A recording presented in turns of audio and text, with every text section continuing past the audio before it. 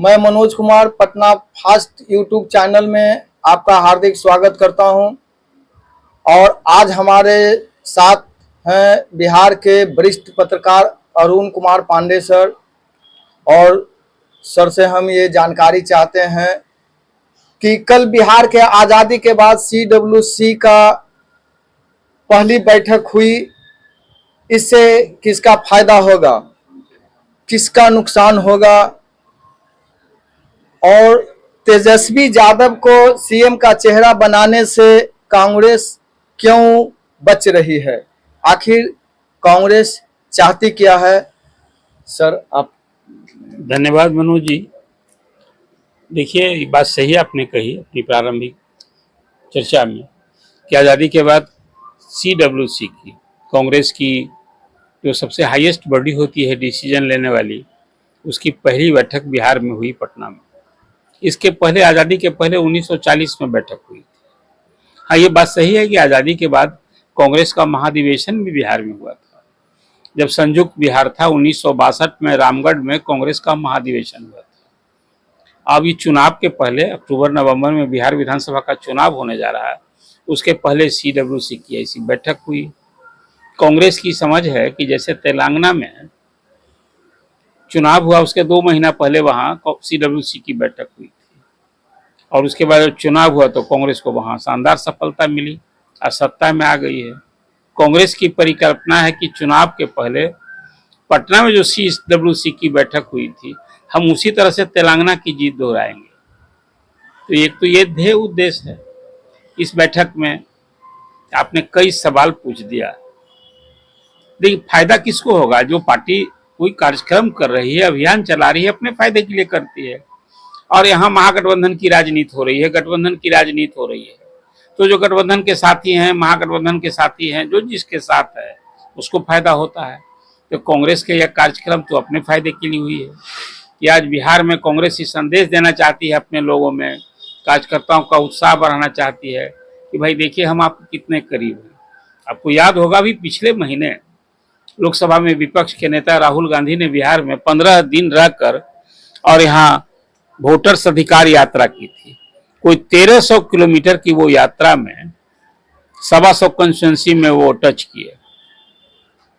तो ये बिहार में महागठबंधन के ही साथ कांग्रेस की राजनीति रहेगी, इसमें कोई संदेह तो है नहीं। देखा आपने कल CWC की बैठक के बाद प्रेस कॉन्फ्रेंस हुआ, उसमें राहुल जी के साथ तेजस्वी यादव भी थे। जब आपने कहा कि बैठक में जो निर्णय हुआ, देखिए ये चुनाव भी जो होगा ना 2025 का, इसमें आरक्षण मुद्दा होगा और जाति की लड़ाई होगी।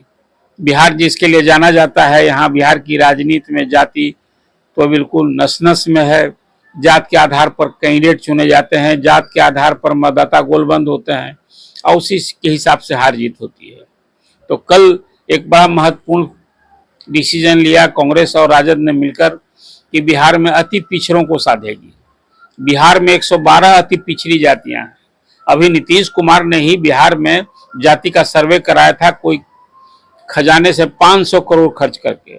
आजाद भारत में पहला बार कोई राज्य है बिहार, कोई दूसरा राज्य ने नहीं कराया था, जो कि जातीय सर्वे कराया। उसमें नीतीश कुमार ने बताया कि किस जात की कितनी आबादी है।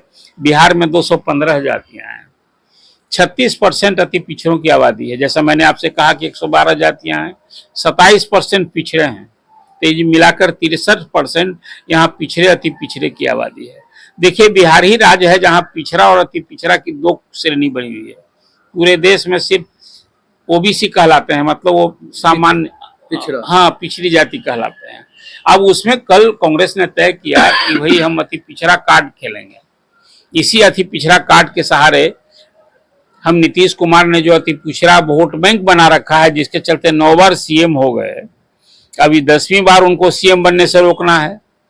और यहाँ डबल इंजन की सरकार को चुनाव में हरा करके पावर में आना चाहते हैं, महागठबंधन आना चाहता है, तेजस्वी CM बनना चाहते हैं। तो इसके चलते अति पिछड़ों को लुभाने के लिए कई 10 बड़ी घोषणा की कि हम सत्ता में आएंगे तो क्या करेंगे। एक तो बड़ी बात कही कि भाई जिस तरह से अनुसूचित जाति जनजाति के लिए अत्याचार अधिनियम बना हुआ है, हम अति पिछड़ों के लिए भी उसी तरह का कानून बनाएंगे। सरकारी ठेके में, चाहे वो सप्लाई वाला हो, उसमें 50% का रिजर्वेशन देंगे 25 करोड़ तक के ठेका में। एक बड़ा डिसीजन है। इसके बाद कहा कि प्राइवेट इंस्टीट्यूशन में भी हम इस सब जो आरक्षित कोटि है उसके लिए रिजर्वेशन लागू करेंगे, चाहे डॉक्टर की पढ़ाई हो, इंजीनियरिंग की पढ़ाई हो, मतलब मेडिकल कॉलेज, इंजीनियरिंग कॉलेज, सभी प्राइवेट स्कूल में अब वो पिछड़ों के लिए आरक्षण लागू करने की बात। और इस तरह से अति पिछड़ों को लोक लुभावन कई सारी योजनाएं की। मतलब अब ये तय हो गया कि बिहार का यह चुनाव आरक्षण मुद्दा रहेगा।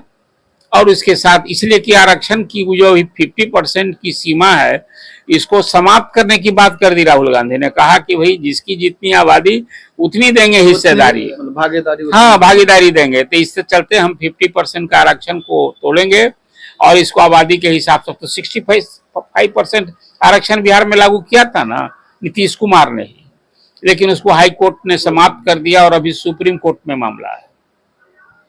तो ये एक बड़ा मुद्दा है। और आपने देखा कि एक तो अभी कल नारे लगे कि एक तो वोट चोरी और दूसरा आरक्षण चोरी। तो आरक्षण एक मुद्दा होगा, जात की लड़ाई होगी और इसमें कौन किसको बाजी मारेगा अभी तो देखना होगा। रही एक बात बड़ा महत्वपूर्ण रहा कि इस बैठक में और बैठक के पहले अब चुनाव के अब 2 महीने बाकी हैं। मुझे लगता है कि 4 या 5 अक्टूबर को डेट अनाउंस होने जा रहा है, आचार संहिता लागू होगी। लेकिन महागठबंधन का मुख्यमंत्री का चेहरा कौन होगा? आज भी सवाल को कांग्रेस ने संशय में डाल दिया है। कांग्रेस इससे बताने से बच रही है, परहेज कर रही है। वो कहती है कि जनता तय करेगी। अरे भाई 2020 में तो यही तेजस्वी यादव थे चेहरा और आज भी महागठबंधन के अगुवा वही हैं। तो कांग्रेस तो लड़ेगी। यहाँ मान लिया पिछले चुनाव की तरह 70 सीट, तो एक टीम कैसे हो जाएगी? जो ज्यादा सीट लड़ेगा 144 सीट 44 सीट लड़ा था राजद पिछली बार, तो इस बार लड़ेगा मान लिया 134-35। लेकिन कांग्रेस अभी सीट की सौदेबाजी कर रही है। उसको है कि भाई 70 सीट हम पिछली बार लड़े थे तो 70 और उससे कम नहीं लड़ेंगे, और यदि हम त्याग करेंगे तो राजद को भी त्याग करना होगा। मतलब हमारी सीट काट करके आप सहनी को एकोमोडेट कीजिएगा, ऐसा नहीं चलेगा। कुछ हम छोड़े कुछ आप छोड़िए। बस इसी सीट की दावेदारी और सौदेबाजी हो रही है। मुझे लगता है कि कांग्रेस 55 से 60 कम से कम लड़ना चाहती है। वो तो 70 सीट की अभी भी दावेदारी कर रही है। और राजद जो 144 लड़ा था, मुझे लगता है कि 134-35 सीट लड़ेगा। उसी में फिर सहनी के लिए। और एक बात और है, सहनी तो देखिए खुद कह रहे हैं कि हम डिप्टी सीएम होंगे, तेजस्वी भी कह चुके हैं कि हम सीएम होंगे। लेकिन महागठबंधन में अभी मुहर ही नहीं लग रही है। तो कुल मिला जाए कि द्वंद्व जो है इसके पीछे है बस सीट की सौदेबाजी। और ये बात सही है तो कह दिया है कि भाई हम रहेंगे चुनाव साथ, लेकिन हम झुककर समझौता नहीं करेंगे। मतलब अब कांग्रेस जो है इस बार सीट भी लेगी, वैसी सीट नहीं लेगी कि भाई खाना पूर्ति कर दिया संख्या गिनाने के लिए, जहां कभी महागठबंधन न जीता हो 3-4 चुनाव वो सीट कांग्रेस के खाते में जाती थी। तो इस बार कौन सी सीट, 19 सीट तो कांग्रेस जीती थी 70 सीट में, तो वो तो लेगी ही लेगी। 44 सीट पर सेकंड थी, उसमें कुछ वो चेंज करना चाहती है।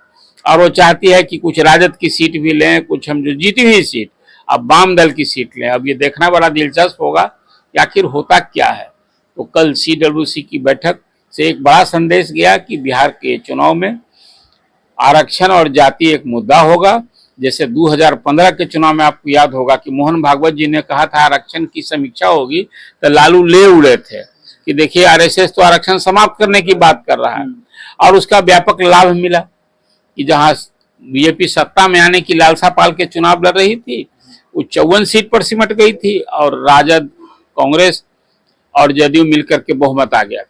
तो ये चुनाव में एक बात तय हो गया है कि अब विकास का मुद्दा और ये सब नहीं। हालांकि एनडीए तो कह रहा है कि भाई हम तो विकास के मुद्दे पर लड़ेंगे, और लालू यादव और राबड़ी देवी के राज कर को जंगल राज और विनाश एक मुद्दा एनडीए कह रहा है। लेकिन मुझे लगता है कि फिर इस चुनाव में आरक्षण मुद्दा बनेगा और जात की लड़ाई होगी।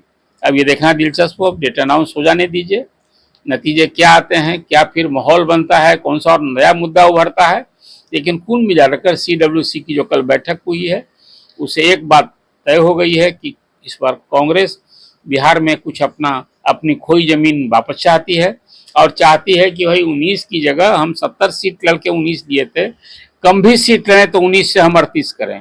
इसी जुगत में, इसी प्रयास में अपना अभियान तेज कर रखा है। और पूरी कांग्रेस ने अपनी बिहार में इस चुनाव में ताकत लगा रखी है, इसलिए कि एक चुनाव बिहार में हुआ, देश में हुआ दिल्ली में, 3 चुनाव में कांग्रेस का वहां खाता नहीं खुला, लेकिन बिहार में चाहती है कि यहाँ नीतीश कुमार को, अभी तो कल कह दिया कांग्रेस के अध्यक्ष ने कि भाई जो चला गया मतलब नीतीश कुमार से अब फिर समझौता नहीं करना है, और तेजस्वी को भी आगाह किया कि नीतीश कुमार यदि फिर इस पाले में आते हैं तो साथ नहीं करना है। तो कुल मिला जुला कर अब इसी बार पलटवार के बीच ये चुनाव होने जा रहा है, लेकिन फिर मैं मानता हूं इस चुनाव में जाति की लड़ाई होगी, आरक्षण मुद्दा होगा।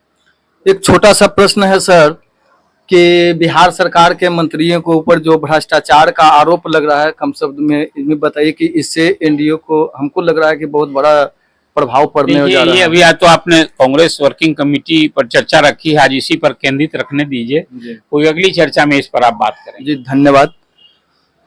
धन्यवाद दोस्तों, आप पटना फास्ट यूट्यूब चैनल को देखें, शेयर करें, सब्सक्राइब करें, और कैसा लगा इस पर आप अपना विचार रखें, और फिर हम सर से एक बार पुनः मिलेंगे। धन्यवाद।